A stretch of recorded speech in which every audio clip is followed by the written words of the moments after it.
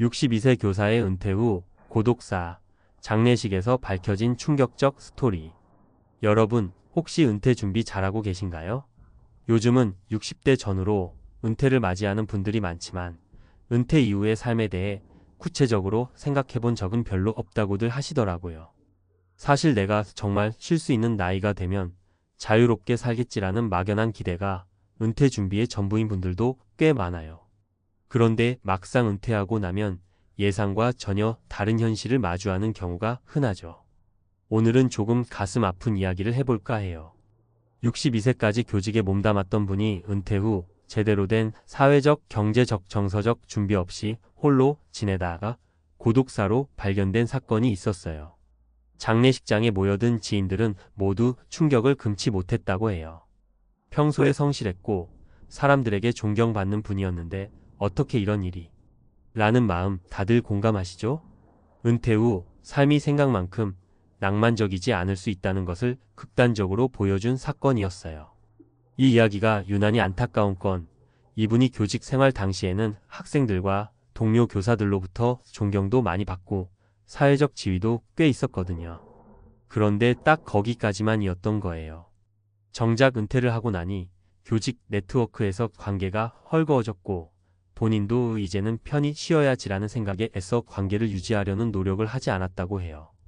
혼자 생활을 하시다가 점점 외롭고 허전함을 느꼈지만 주변 사람들에게 손을 내미는 것도 어색해서 결국 도움의 손길도 받지 못한 채로 떠나셨죠. 이게 남일 같지 않은 게 우리 모두가 언젠가는 직업에서 물러나게 될 테니까요. 그래서 오늘은 은퇴 이후의 삶을 대비하는 데 있어 실제로 마주칠 수 있는 3가지 사례를 구어체로 조금 친근하게 전해드리고 싶어요. 우리 다 같이 다른 사람의 이야기로만 넘기지 말고 내일처럼 미리 준비해보자는 거예요.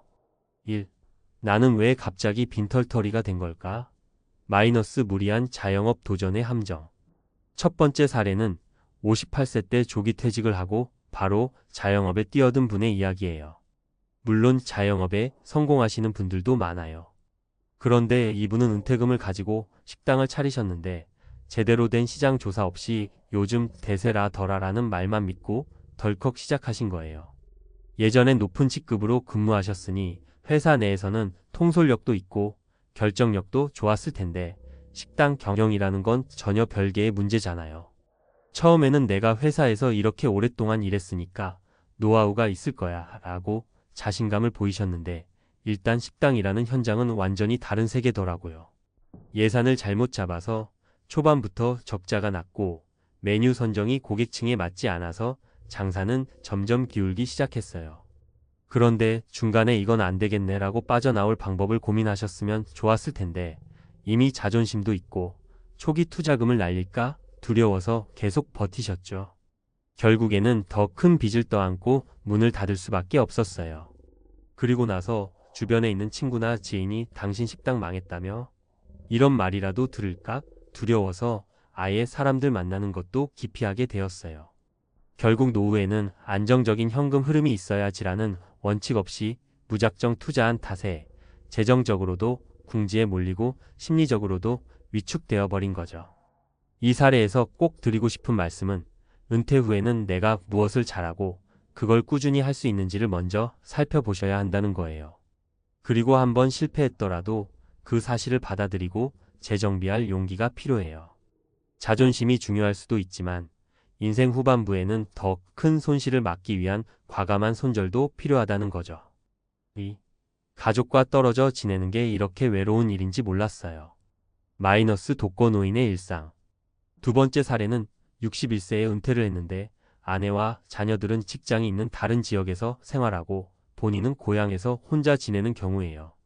은퇴 후 시골집에서 소일거리 하면서 살겠다는 로망이 있었던 거죠. 도시 생활에 지쳐있던 터라 한적하고 공기 좋은 곳에서 살면 몸도 마음도 편안해질 거라고 생각한 거예요. 그런데 막상 가보니까 생각보다 훨씬 적막했답니다. 오전에는 동네 마실도 다니고 텃밭도 가꾸면서 그럭저럭 지냈지만 오후가 되면 할 일이 없다는 거예요. TV도 질리고 운동도 꾸준히 하기 어렵고 정말 평생의 동반자였던 아내와 주말에나 겨우 전화통화나 영상통화로 얼굴을 보는 수준. 어르신들께서도 마을회관에 가면 나름 반갑게 맞아주시지만 자기들끼리 이미 관계가 단단히 맺혀 있어서 쉽게 섞이기는 힘들었다고 해요. 그렇게 1년, 2년이 지나자 점점 우울감이 깊어졌고 내가 앞으로 여생을 이렇게 보내야 하나라는 생각에 삶의 의욕이 사라졌다고 합니다. 더 큰 문제는 건강이 갑자기 안 좋아지면 주변에 도움을 청할 사람도 마땅치 않았다는 거예요. 노년의 외로움이라는 게 단순히 심심함의 문제가 아니라 실제 생존과도 연결될 수 있다는 거죠. 따라서 전원생활이나 독거 같은 로망을 이루고 싶다면 미리 주변 환경을 꼼꼼히 조사하고 혼자서도 잘 지낼 수 있는 인프라 병원, 마트, 교통, 모임 등과 갖추어져 있는지를 확인하셔야 해요. 그리고 혼자서도 즐길 수 있는 취미나 친구 이웃과의 교류 방법도 미리 생각해두는 게 좋겠죠. 이분이 결국 몇 년 만에 다시 도시로 돌아와 가족과 재합류했을 때 이미 체력적으로나 경제적으로 어려움이 생겨서 그래도 일찍 결심하기를 다행이다 하라고 하셨대요. 3. 내가 아직도 누군가에게 필요한 사람이 될 수 있을까? 마이너스 새로운 도전을 멈추지 않은 사례. 마지막 세 번째 사례는 은퇴 후에도 활기차게 지내시는 분의 이야기예요. 자칫 우울한 이야기만 늘어놓다가 은퇴 생활이 너무 부정적인 것처럼 느껴질까봐 이번에는 조금 희망찬 케이스를 말씀드려 볼게요. 70세가 넘어서도 꾸준히 건강을 챙기며 주변 사람들과 관계를 맺고 사시는 분이 있어요. 젊을 때 교직 생활을 하셨고 은퇴 후에도 평생교육이라는 사명감으로 지역 도서관이나 평생학습관에서 재능기부 형태로 글쓰기 강의를 해주고 계세요. 처음에는 이 나이에 누가 내 강의를 듣겠어라는 생각에 망설이셨는데 막상 강의를 열어보니 기대 이상의 호응이 있었다고 해요. 그리고 이분은 강의를 하면서 젊은 수강생들과 친해지고 삶의 활력을 계속 얻고 있다고 합니다. 이렇게 사회에 기여한다고 느끼니까 자신이 여전히 필요한 사람이라는 자존감도 높아지고 그 덕분에 건강도 더 잘 관리하게 되었다고 해요. 듣는 저희도 괜히 기분이 좋아지잖아요. 사실 이 사례는 은퇴 이후에 내가 어떻게 하면 계속해서 성장하고 사회와 연결될 수 있을까? 라는 질문을 던져보면 좋겠다는 걸 알려주는 것 같아요. 꼭 돈을 버는 활동이어야만 의미가 있는 건 아니에요. 자기가 좋아하는 일로서 타인에게 도움이 되고 그 과정에서 즐거움과 관계를 얻을 수 있다면 그게 은퇴 이후 삶을 더욱 빛나게 해주는 요소라는 거죠. 은퇴, 더 이상 끝이 아닌 새로운 시작을 준비하는 자세. 여러분, 지금 소개해드린 세 가지 사례가 모두 남일 같지 않죠? 교직에서든 기업에서든 어느 직종에 있든 간에 우리는 모두 결국 언젠가는 은퇴를 맞이해야 해요. 문제는 은퇴를 맞이하는 그 순간부터가 마치 인생의 끝처럼 느껴진다는 거예요. 그런데 사실은 그렇지 않잖아요. 내 몸이 허락하는 한, 여전히 세상을 보고 경험하고 살아갈 수 있는 시간이 생각보다 많아요. 은퇴 후에도 여전히 삶이 이어지는데 그 긴 시간을 그냥 빈둥거리기만 하면서 보내고 싶지는 않겠죠. 그래서 꼭 잊지 말아야 할 핵심 포인트를 정리해 볼게요. 재정적 준비 적어도 은퇴 후 20년 이상은 버틸 수 있을 정도의 안정적인 자금 흐름을 확보하는 게 좋아요. 무리한 투자나 무계획적 자영업보다는 철저한 시장 조사와 리스크 관리가 필수예요. 관계 맺기 직장에서의 인간관계는 끊어질 수 있어도 은퇴 후 새로운 인연, 새로운 커뮤니티를 만들 수 있어요. 독거 생활을 원하더라도 주변과의 연결은 유지해야 해요. 이게 건강뿐 아니라 심리적 안정에도 큰 영향을 미친답니다. 자, 실현 은퇴 후에도 내가 할 수 있는 일, 내가 좋아하는 일에 대해 고민해 보세요. 그게 취미든 재능 기부든 봉사든 혹은 소소한 부업이든 상관없어요. 자신의 가치를 재발견할 수 있는 무언가가 필요해요. 우리 모두가 62세 교사의 안타까운 일을 듣고 정말 남일 아니구나라고 느꼈으면 좋겠어요.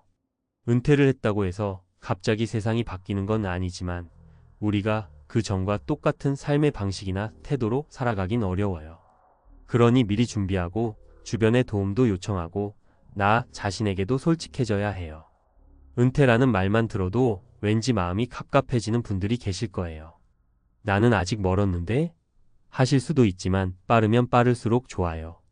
조금씩 생각해두고 그에 맞춰 작은 실천이라도 해보면 인생 후반부가 훨씬 탄탄해지고 안정감도 생긴답니다. 마지막으로 혹시나 현재 은퇴 생활을 하고 계신 분들 중에 나도 그 62세 교사처럼 점점 사람들과 멀어지고 있지는 않나? 하는 고민이 드신다면 지금이라도 가볍게 전화 한 통, 문자 한 통 지인들에게 해보면 어떨까요? 사회적 관계는 어떤 의미에서 그 자체로 보험 같은 역할을 하거든요. 은퇴는 어쩌면 우리 인생에서 새로운 시작일지도 몰라요. 직장에서 벗어난 자유와 그동안 못 누렸던 소소한 행복을 찾아가면서도 또 한편으로는 스스로를 지킬 수 있는 전략이 필요한 시기. 여러분이 이 글을 읽으시면서 조금이라도 은퇴 후의 삶에 대해 미리 생각해 보실 수 있다면 좋겠어요. 우리 모두가 은퇴 후에도 건강하고 풍요로운 삶을 살아갈 수 있도록 함께 고민하고 소통해 나가길 바랍니다. 월급 800 받던 62세 엔지니어, 퇴직 후 월 180 충격적인 은퇴의 끝? 은퇴 후에도 삶은 계속된다. 그런데 준비는 되셨나요? 내가 그럴 줄은 몰랐다. 많은 은퇴자들이 퇴직 후 가장 먼저 하는 말입니다. 대기업 엔지니어로 30년을 일하며 월급 800을 받던 박씨 62세. 그는 가족과 함께 고급 아파트에서 살며 주말이면 좋은 레스토랑에서 외식을 즐겼고 해외여행도 꾸준히 다녔습니다. 퇴직이 다가왔을 때도 큰 걱정은 없었습니다. 나는 경력이 많으니 어디서든 필요할 거야. 하지만 현실은 생각보다 훨씬 가혹했습니다. 그가 다시 일을 구하려 했을 때 세상은 이미 달라져 있었습니다. 경력 많은 60대에게 기회는 많지 않았습니다. 중소기업의 지원에도 연락이 없고 지인들에게 물어봐도 요즘 힘들다는 대답뿐. 결국 그는 생활비를 벌기 위해 편의점 야간 아르바이트를 시작했습니다. 월급 800을 받던 시절과는 비교도 안 되는 월 180의 수입. 하지만 그마저도 버겁습니다. 이 이야기가 남의 일처럼 들리시나요? 사실 은퇴 후 경제적 어려움을 겪는 사람들은 생각보다 많습니다.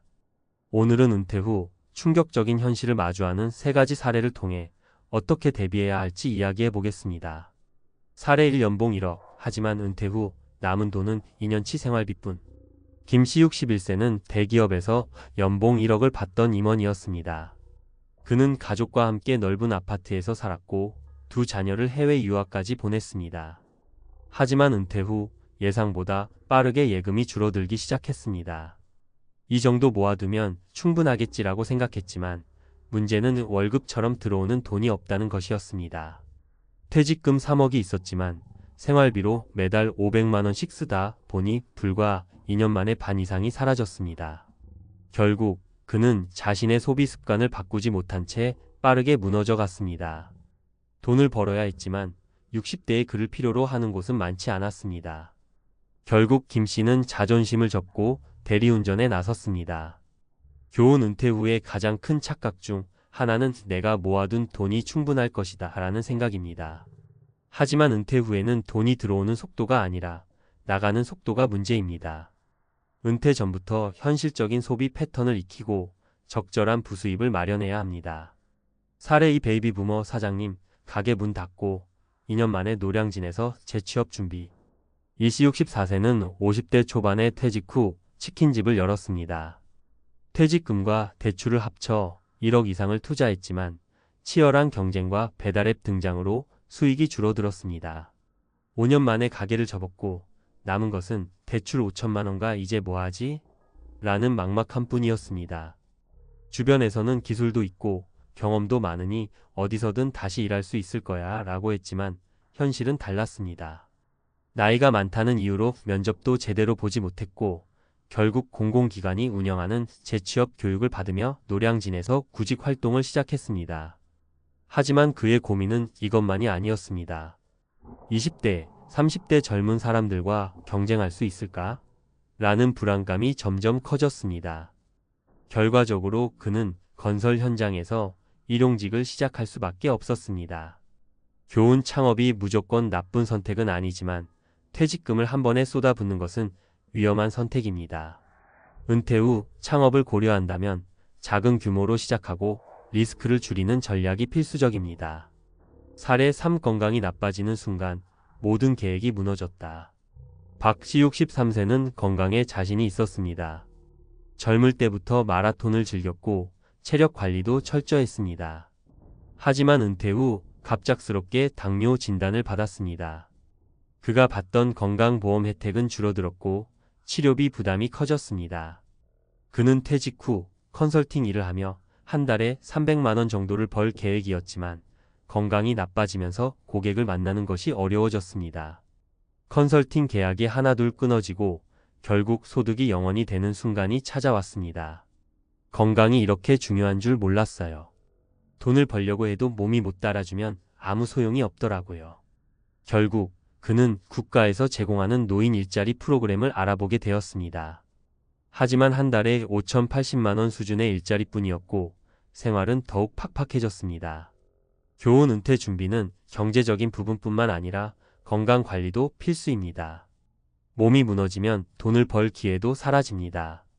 젊을 때부터 꾸준한 운동과 건강 관리를 통해 은퇴 후에도 지속적으로 활동할 수 있는 몸을 만들어야 합니다. 은퇴 후에도 내 삶을 지키려면 지금부터 준비해야 합니다. 위의 세 가지 사례에서 볼 수 있듯이 은퇴 후에도 경제적, 정신적, 육체적 어려움이 한꺼번에 밀려옵니다. 그렇다면 우리는 어떻게 대비해야 할까요? 소비 습관 조정. 은퇴 전에 생활비를 줄이는 연습을 해야 합니다. 매달 일정 금액을 연금이나 부수입으로 유지할 계획을 세우세요. 부수입 마련. 퇴직 후 새로운 수입원을 미리 준비하세요. 유튜브, 블로그, 강의, 소자본 창업 등 자신이 할 수 있는 일을 만들어 보세요. 건강관리. 운동은 선택이 아니라 필수입니다. 60대 이후에도 활동적으로 일할 수 있는 체력을 길러야 합니다. 은퇴 후 사회적 관계 유지. 은퇴 후에도 외롭지 않도록 동아리 활동이나 지역 모임을 활용해 적극적으로 사람들을 만나세요. 은퇴는 끝이 아닙니다. 하지만 준비되지 않은 은퇴는 예상보다 훨씬 가혹합니다. 아직 시간이 있을 때 미리 대비하세요. 당신의 은퇴 후 삶은 지금의 선택에 달려 있습니다. 은퇴 후 빈곤의 늪을 피하는 과학적 전략. 어떻게 대비할 것인가? 앞서 이야기한 세 가지 사례는 모두 준비되지 않은 은퇴가 얼마나 가혹할 수 있는지를 보여줍니다. 하지만 반대로 준비만 잘 되어 있다면 은퇴 후에도 경제적, 정신적, 신체적으로 건강한 삶을 유지할 수 있습니다. 그렇다면 논리적 근거와 과학적 연구를 바탕으로 은퇴 후 빈곤과 불행을 피할 현실적인 방법을 알아보겠습니다. 1. 은퇴 후에도 돈이 끊기지 않는 구조 만들기. 패시브 인컴의 중요성. 은퇴 후 재정 위기를 겪는 가장 큰 이유는 현금 흐름 캐시 플로우의 부재입니다. 젊었을 때는 매달 월급이 들어와 돈이 부족하면 대출을 받거나 추가 근무로 해결할 수 있었지만 은퇴 후에는 돈을 벌 능력이 줄어들고 지출은 그대로이거나 오히려 늘어납니다. 과학적 근거.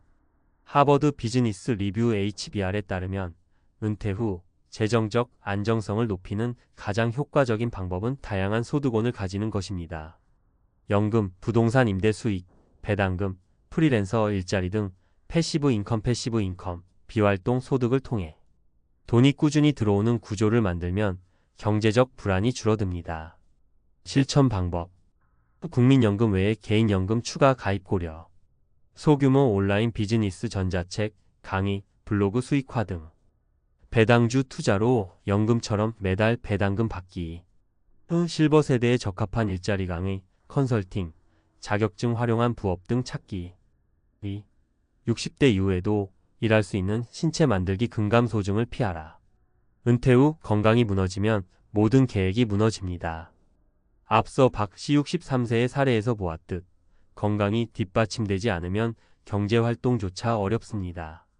특히 은퇴 후 10년 동안 근감소증 SARCOPNIA 빠르게 진행되면서 이전보다 활동량이 급격히 줄어들고 근육이 줄어들며 기초 대사량이 떨어집니다. 과학적 근거. 영국의 한 연구 유니버서티 오브 버밍햄 2019에 따르면 60세 이후에도 근력 운동을 꾸준히 하면 근육 손실을 늦출 수 있다고 밝혔습니다. 또한 근력 운동은 치매 예방, 우울증 감소, 에너지 증가 등 삶의 질을 극적으로 향상시키는 효과가 있습니다. 실천 방법. 매일 30분 이상 걷기. 단순한 유산소보다 속보 빠르게 걷기가 더 효과적. 스쿼트, 런지 등 하체 근력 운동 추가. 하체 근육이 약하면 낙상의 위험이 증가. 단백질 충분히 섭취. 단백질 섭취가 부족하면 근육이 급격히 줄어든. 비타민 D 보충, 햇빛을 적게 받으면 근육 감소와 골다공증 위험 증가. 3. 퇴직 후에도 뇌를 젊게 유지하기, 해마이포캠퍼스 활성화. 많은 은퇴자들이 퇴직 후 가장 크게 겪는 변화는 인지 기능 저하입니다. 직장에서는 매일 새로운 과제를 해결하고 사람들과 교류하며 뇌를 끊임없이 사용하지만 은퇴 후 갑자기 고립되거나 단순한 일만 반복하면 뇌가 급격히 퇴화하기 시작합니다. 과학적 근거. 미국 노화 연구소 NIA의 발표에 따르면 퇴직 후 새로운 것을 배우지 않으면 해마이포캠퍼스의 위축이 가속화됩니다. 해마는 기억과 학습을 담당하는 뇌 영역으로 이곳이 위축되면 치매 위험이 3배 이상 증가한다고 알려져 있습니다. 실천 방법. 퇴직 후에도 새로운 기술 배우기, 유튜브, 블로그 운영, 온라인 강의 등 새로운 것에 도전. 외국어 학습, 악기 연주, 새로운 기술을 배우면 해마 활성화에 도움. 사회적 교류 유지, 친구들과 정기적으로 만나거나 동호회 자원봉사 활동 참여. 퍼즐, 퀴즈, 독서 습관 유지, 논리적 사고를 자극하는 활동. 결론, 은퇴 후에도 생산적인 삶을 유지해야 한다. 많은 사람들이 은퇴를 단순히 일을 그만두는 시점으로 생각합니다. 하지만 은퇴는 삶의 또 다른 시작이며 오히려 더 능동적으로 준비해야 하는 시기입니다. 돈이 끊기지 않는 구조를 만들 것, 연금 부수입 확보. 근육을 지켜 신체 건강을 유지할 것, 근감소증 예방. 퇴직 후에도 뇌를 계속 사용할 것, 새로운 도전과 학습. 은퇴는 끝이 아니라 새로운 시작입니다. 지금부터 준비하면 60대 이후에도 활기찬 삶을 살 수 있습니다. 당신의 은퇴 준비되셨나요? 우리는 아버지를 언제나 든든한 기둥이라고 생각합니다. 직장에 나가 가족을 부양하고 자녀의 학비와 생활비를 감당하고 묵묵히 땀 흘리는 존재. 그런데 그 아버지가 은퇴 후 몇 년 만에 길거리에 앉아있게 된다면 과연 그건 누구의 잘못일까요? 세상의 변화, 준비 부족, 혹은 설마라는 안일함? 이 이야기는 단순한 한 가정의 비극이 아닙니다. 우리가 지금 이 순간 직면하고 있는 대한민국 중장년층의 은퇴 후 현실입니다. 가장으로 살아온 남편, 아버지, 그리고 한 사람의 개인으로서의 삶이 은퇴라는 전환점 앞에서 얼마나 무너질 수 있는지 보여주는 이야기죠. 본문이라면 괜찮을 줄 알았어요. 1. 월급만 보고 달렸던 30년, 남은 건 빈 통장뿐. 김창호 가명씨는 58세. 대기업 협력업체에서 30년을 일했습니다. 하루도 빠지지 않고 일터에 나갔고 큰 사고 없이 정년을 채웠습니다. 문제는 퇴직 후였습니다. 퇴직금 1억 2천만 원을 받고 그 돈으로 작은 상가에 투자했는데 그 상가가 있는 건물이 결국 지식산업센터였고 사기였다는 걸 뒤늦게 알게 되었죠. 당시엔 노후에 월세나 받으면서 살면 되겠지 하는 단순한 기대뿐이었어요. 국민연금은 매달 43만 원. 그걸로는 생활이 불가능하고 투자금은 날아갔고 재취업은 불가능했죠. 결국 아내와의 갈등은 커졌고 생활비는 바닥났고 한겨울 공원 벤치에서 며칠을 보내는 일까지 생겼습니다. 내가 어떻게 여기까지 왔나 싶어요. 근데 또 제 주변에도 그런 사람들 꽤 있어요. 은근히 다들 어렵게 살아요. 말 안 해서 그렇지. 연금은 있는데 집이 없다. 결국 떠도는 삶. 두 번째 이야기는 61세의 조은정 가명 씨입니다. 30년 동안 서울에서 교사로 일하다 은퇴했습니다. 연금은 매달 230만 원, 꽤 괜찮은 금액처럼 보였지만 문제는 집이었습니다. 30년간 전세살이를 이어왔고 은퇴 직전 남편과 함께 지방 귀촌을 결심했습니다. 그러나 막상 내려가 보니 인프라가 너무 부족했고 건강도 안 좋아지면서 다시 병원 접근성이 좋은 수도권으로 돌아올 수밖에 없었죠. 하지만 수도권에서 살 집은 비쌌습니다. 결국 둘은 반지하 월세로 들어가고 연금의 절반 이상을 월세로 쓰게 됐죠. 남편의 기력이 약해지며 의료비도 늘었고 조 씨는 결국 전전긍긍하며 생활비를 쪼개는 삶을 살고 있습니다. 연금만 믿었어요. 근데 현실은 연금만으로는 어림도 없어요. 제일 무서운 건 병원비, 그 다음은 주거비예요. 3. 자식 믿다가 망했다. 가족 관계도 노후도 다 깨졌다. 세 번째 이야기는 좀 더 개인적인 상처를 담고 있습니다. 박문호 가명씨는 60세에 식당을 접고 은퇴했습니다. 딸이 잘 나가는 회사에 다니며 아빠 걱정 마세요. 제가 다 해드릴게요 라고 했기에 가진 자산도 정리해 딸 결혼 자금과 집 마련에 보탰습니다. 문제는 예상보다 딸 부부의 상황이 좋지 않았다는 것. 결국 박 씨 부부는 딸네 집에 얹혀 살게 되었고 사위와의 갈등이 깊어졌습니다. 딸은 조금만 기다려요 라고 했지만 박 씨 부부는 마치 거지처럼 집안 구석에 자리 잡고 사는 존재가 되어버렸죠. 그 상황이 지속되다 결국 나와서 찜질방 생활을 했고 이제는 고시원에 살고 있습니다. 자식한테 너무 의지했죠. 나도 미련했고 딸도 감당 못했고 가족이라는 말이 이젠 아픔이에요. 결론 은퇴는 끝이 아니라 다시 시작입니다. 당신은 지금 은퇴를 어떻게 준비하고 있나요? 많은 사람들이 아직도 은퇴를 편안한 휴식이라고 생각합니다. 하지만 현실은 그렇지 않아요. 퇴직금만 믿으면 무너집니다. 연금만으로는 살아갈 수 없습니다. 자식도 투자도 집도 불확실한 게 너무 많습니다. 은퇴는 철저한 준비가 있어야만 휴식이 될 수 있습니다. 그 준비는 단지 돈이 아니라 현실적인 지출 계획, 의료비 및 주거 대책, 사회적 고립을 막는 활동 설계, 그리고 자존감을 지킬 수 있는 역할 찾기가 포함되어야 합니다. 마무리 조언. 국민연금만으로 생활 가능한지 시뮬레이션 해보세요. 퇴직금으로는 절대 고위험 투자를 하지 마세요. 자녀에게 기대는 순간 당신의 노후는 타인의 손에 놓이게 됩니다. 일할 수 있을 때까지 일할 준비, 건강과 역량을 꾸준히 키우세요. 한마디로 요약하면 은퇴는 당신이 생각한 낙원이 아니라 준비 안 된 자에겐 지옥의 문이 될 수 있습니다. 당신의 내일이 길거리의 오늘이 되지 않도록 지금부터 준비하세요.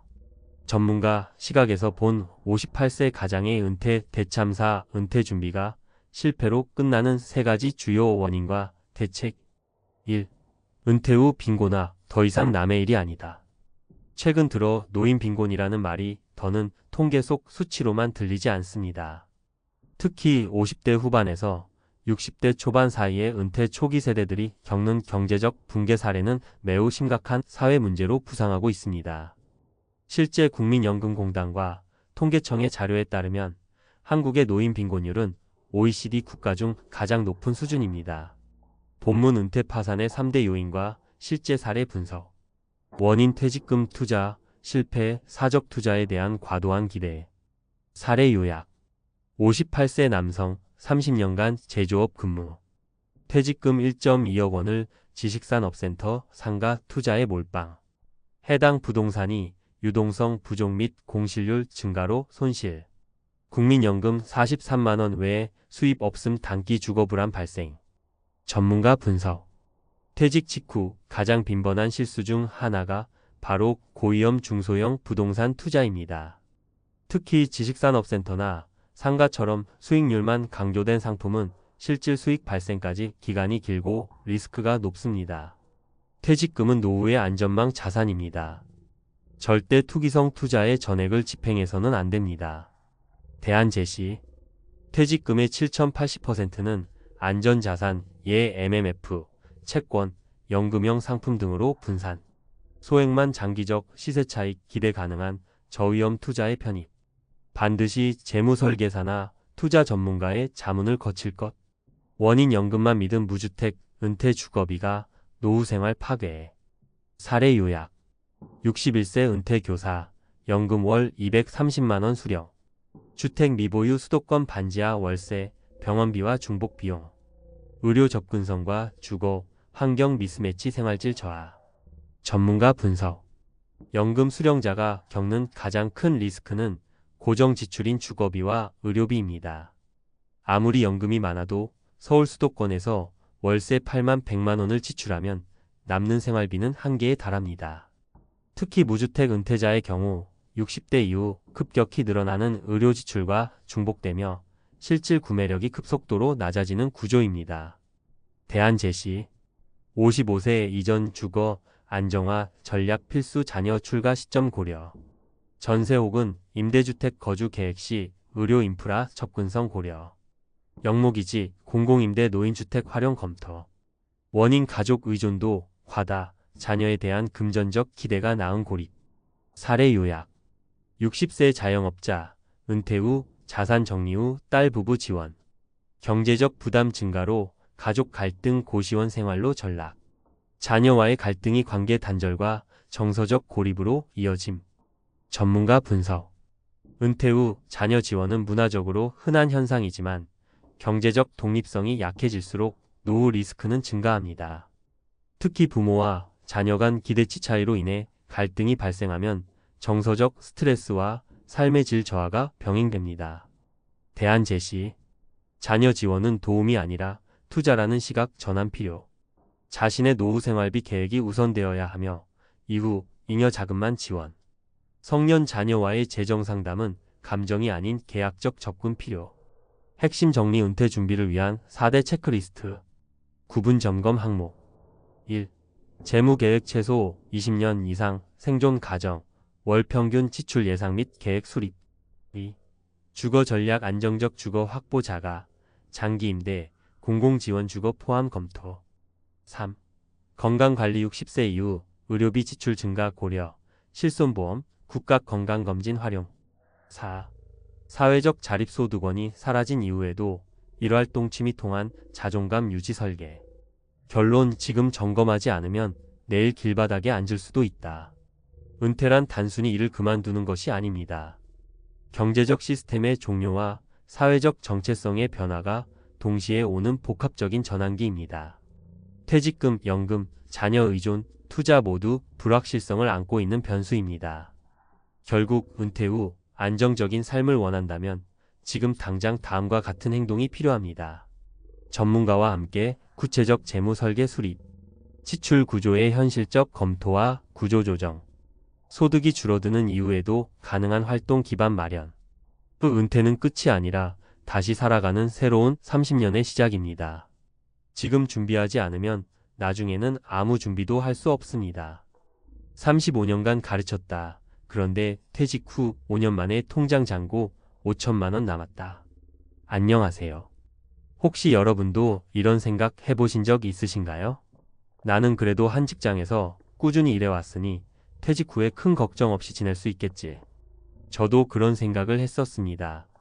35년 동안 학생들을 가르치면서 일종의 사명감도 있었고 월급이 적지는 않았으니 퇴직 후 살 걱정은 크게 안 했거든요. 그런데 막상 퇴직 후 5년이 지나고 나니 통장에 남은 돈이 고작 5천만 원뿐이라는 걸 확인했을 때 정말 머리를 한 대 맞은 듯 멍해졌어요. 직장 생활이 끝나면 모든 게 편해질 줄 알았는데 그게 아니더라고요. 생각보다 생활비가 더 들어가고 이자율은 낮아지고 물가는 오르기만 하고 그렇게 애써 모아놨던 퇴직금이 얼마 지나지 않아 반토막 나는 걸 보면서 아차, 나 준비가 많이 부족했구나 싶었죠. 오늘은 저와 비슷하거나 혹은 전혀 다른 길을 걸으셨더라도 은퇴 후에 과연 어떻게 살아가야 할까? 고민하시는 분들께 조금이나마 도움이 될 만한 이야기를 해보려고 해요. 그리고 그 이야기 속에서 제가 직접 겪은 것, 주변 지인들의 사례를 들어서 말씀드릴 테니 한 번쯤 다른 사람들은 어떻게 살아가는지 참고해 보셨으면 좋겠어요. 1. 은퇴 준비 왜 생각보다 빨리 시작해야 할까? 은퇴 준비라는 게 꼭 거창하거나 복잡해야 하는 건 아니더라고요. 제가 젊었을 때만 해도 퇴직하면 알아서 살겠지 하는 막연한 낙관이 컸어요. 그러나 지금 시점에서 돌아보면 적어도 50대 초반, 가능하면 40대 후반부터는 내가 어떤 삶을 살고 싶은지, 그걸 위해 얼마가 필요한지, 지속 가능한 수입원은 있는지를 구체적으로 고민해야 했었어요. 사실 퇴직이라는 건 나이가 되면 자연스럽게 오는 과정이잖아요. 그럼에도 불구하고 언젠간 은퇴하지 않겠어? 라고 쉽게 생각하고 미루다 보니까 정작 큰 돈이 한 번에 들어오거나 퇴직금, 무언가 연금이 들어오기 시작할 때 제대로 관리하지 못하는 경우가 많습니다. 저도 그랬어요. 처음엔 이 돈이면 몇 년은 거뜬히 살지 했는데 막상 돈이 들어오면 생각지 못했던 지출들이 생깁니다. 예를 들면 자녀 결혼이나 부모님 요양 혹은 주택 보수 비용 같은 것 말이죠. 에이, 그것도 모르고 할 수도 있겠지만 막상 그 순간이 되면 안 쓸 수가 없잖아요. 2. 은퇴 후의 삶, 정말 지출이 준다고요? 많은 분들이 나는 퇴직하면 출퇴근 안 하니까 교통비도 줄어들고 식비나 기름값도 덜 들겠지 하시는데, 물론 그런 부분에서 조금은 세이브가 되지만 새롭게 생기는 지출이 만만치 않습니다. 일상의 여유를 만끽하고 싶다, 자유로운 시간이 많아지니까 오히려 취미생활이나 소소한 여행 등에서 지출이 더 늘 수도 있어요. 건강에 신경 쓰게 된다. 나이가 들수록 병원비, 건강보조식품, 운동 프로그램 등 의외로 들어가는 돈이 부쩍 늘어나요. 가족에게 손길이 가야 할 때가 있다. 손주 봐달라는 부탁이 들어오면 오히려 용돈도 챙겨줘야 하고 오가며 기름값, 식대 등도 늘어나죠. 은퇴 후에도 꾸준히 돈이 들어오는 구조를 만들지 않으면 생각보다 지출이 계속 발생해서 아껴 쓴다고 해도 남는 돈이 얼마 되지 않습니다. 제가 5년 동안 살면서 모아둔 돈 중 대부분이 이런 식으로 줄줄이 빠져나갔어요. 3. 은퇴 후 어떻게 살아가는 게 좋을까? 사례 3가지. 자, 여기서부터는 제가 직접 들은 그리고 지켜본 3가지 사례를 말씀드릴게요. 혹시 여러분이 어떤 방향으로 은퇴 후 삶을 설계할지 고민하신다면 이분들의 이야기를 참고해 보셔도 좋을 것 같아요. 사례 A. 작은 가게를 열어 꾸준한 현금 흐름을 만든 스티브 가명. 스티브라는 분은 60대 초반에 회사에서 정년퇴직을 했어요. 이분이 처음부터 장사를 잘한 건 아니지만 퇴직 후에도 매달 어느 정도는 고정 수입이 들어와야겠다고 생각해서 작은 편의점을 열었죠. 나름 현명했던 건 보증금이 비교적 적은 곳을 골라서 임대료 부담을 최소화했고, 또 프랜차이즈를 선택해 초기 마케팅 및 운영 노하우를 지원받았다는 거예요. 물론 첫 해에는 가게 운영이 힘들어서 한때 포기하고 싶다고도 했지만 2년 차부터는 안정적으로 월 20만 300만 원 정도는 손에 쥐게 됐다고 합니다. 스티브가 하던 말이 퇴직금으로 가게를 열긴 했지만 그냥 딱 이거 하나로 끝을 본다는 생각보단 매달 조금씩이라도 벌 수 있는 데 작은 일자리를 만든 셈이라고 보면 된다였어요. 실제로 주말에는 가족의 도움을 받기도 하고 또 자신이 몸을 움직여 일하면서 삶의 활력도 얻었다고 하더라고요. 사례 B. 퇴직금으로 부동산 임대사업. 하지만 준비 없이 뛰어든 김 선생님. 두 번째 사례는 저와 비슷한 교직 출신의 김 선생님 이야기예요. 이분은 퇴직금을 받아서 오래된 건물을 매입해서 임대료를 받으면 편하게 살 수 있겠다고 생각하셨죠. 주변에서 부동산이 최고다라는 말을 너무 많이 들은 게 문제였을지도 몰라요. 처음에 살 때는 매입가 대비 월세 수익률이 괜찮아 보였는데 막상 건물이 오래되니까 하자가 생기고 세입자들은 더 싼 임대료를 찾아 옮겨가고 공실이 늘어나면서 수리비에 세금까지 예상치 못한 지출이 잔뜩 생겼습니다. 결국 몇 년 만에 팔려고 보니 부동산 경기가 나빠져 있어서 매입가보다 낮은 가격에 팔기도 쉽지 않더라고요. 김 선생님은 그 과정에서 내가 부동산 임대 사업을 너무 쉽게 봤다. 관련 지식도 없고 관리할 체력도 여의치 않았는데 그냥 듣기 좋은 말만 듣고 덤볐다라고 후회하셨어요. 지금은 손해를 어느 정도 감수하고 건물을 정리하셨지만 나중에 남은 건 꽤 줄어든 자본금뿐이었다고 합니다. 사례 C. 퇴직 후 새 직업으로 인생 2막을 연 박주임 가명. 마지막 사례는 제가 보면서 아, 이런 길도 있구나 하고 느낀 분입니다. 박주임님은 55세 정도의 비교적 이른 나이에 회사에서 희망퇴직을 했는데 본인이 원래부터 사진 촬영에 관심이 있었고 동호회 활동도 꾸준히 해오셨던 분이었어요. 어쩌다 지인 소개로 결혼식이나 가족 행사 사진을 찍어주기 시작했는데 점점 소문이 나더니 아예 스튜디오를 작게 빌려서 본인만의 사진 작업실을 열었어요. 이분이 대단한 건 원래 직장에서 퇴직금을 받고 1년 정도는 정말 내가 원하는 일을 하면서 살아보자고 마음먹고 매일매일 사진을 공부하고 SNS도 열심히 운영했대요. 그러면서 포트폴리오를 쌓고 무료로도 몇 번 재능 기부 촬영을 하다가 차차 유료로 전환했죠. 그 결과 한 달에 결혼 촬영 혹은 가족 행사 촬영만 몇 건 받아도 충분히 생활비를 마련할 수 있게 됐다고 해요. 난 은퇴했으니 세상에서 날 필요로 하지 않을 거야 라고 지레 단정 짓는 게 아니라 또 다른 직업으로 은퇴 후 삶을 꽉 채운 멋진 사례라고 생각합니다. 4. 그럼 난 어떻게 해야 할까? 자, 지금까지는 세 분의 이야기를 들어봤고, 저 같은 경우에는 사실 큰 실패와 큰 성공 사이 어딘가에 있다고 보시면 돼요. 퇴직금 일부를 작은 금융상품에 묶어두고 나머지는 조금 여유 있게 쓸 돈, 그리고 혹시 모를 상황을 대비한 긴급 자금 정도로 나눠 놓았죠. 하지만 막상 5년이 지나고 나니까 생각보다 돈이 빨리 줄어들어서 뭔가 부수입이라도 꾸준히 있으면 좋겠다라는 생각을 하게 됐어요. 그래서 저 같은 경우에는 평소 글 쓰는 걸 좋아했다는 점을 살려서 은퇴 후엔 지역 신문이나 온라인 매체에 기고를 시작했습니다. 처음에는 아주 소액의 원고료밖에 받지 못했지만 그 활동을 하다 보니 작게나마 강의 요청도 오고 출판 관련 일도 조금씩 연결되면서 미약하지만 꾸준한 수입원을 확보하게 됐어요. 그리고 또 하나, 건강에 대한 투자도 무시할 수 없어요. 돈이 있어도 건강이 받쳐주지 않으면 하고 싶은 것도 못 하잖아요. 은퇴 후에는 병원비나 건강관리비가 생각보다 많이 드니 차라리 꾸준한 운동, 식단 관리를 위해선 초기에 조금 투자해두면 오히려 장기적으로 비용을 줄일 수 있다는 걸 알게 됐습니다. 마무리 35년의 가르침이 끝이 아니라 시작. 돌이켜보면 35년간 교직에서 아이들을 가르치는 동안은 내가 하고 싶은 일은 뭘까? 은퇴 후에 어떤 삶을 살까? 하는 생각을 깊이 할 여유가 없었어요.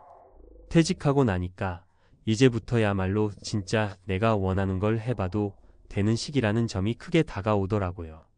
하지만 그걸 하기 위해선 최소한의 자금, 그리고 꾸준히 유입될 수 있는 수입원이 필요합니다. 그러니 아직 은퇴를 준비하시는 분들은 은퇴 후 5년, 10년 후 내 통장 잔고가 얼마나 될까를 가정하고 그에 맞는 대안을 준비해 보시라고 말씀드리고 싶어요. 시작 시기가 빠르면 빠를수록 또 내 성향에 맞는 방향으로 시도해 볼 수 있는 방법들이 다양해지거든요. 이미 은퇴를 해버렸다고 해도 너무 늦었다고 생각하지 마세요. 오히려 내 인생 경험과 노하우를 살려서 뭔가 할 수 있는 기회가 많을 수도 있습니다. 앞서 사례에서 봤듯이 사진, 글쓰기, 자영업, 강의, 온라인 컨설팅 등등 요즘은 은퇴자를 위한 일자리나 소규모 창업 아이템도 많이 있잖아요. 결국 은퇴 후의 삶이란 준비된 사람에게는 두 번째 인생의 무대가 되지만 준비가 부족했던 사람에게는 재정적, 정신적 스트레스가 될 수도 있어요.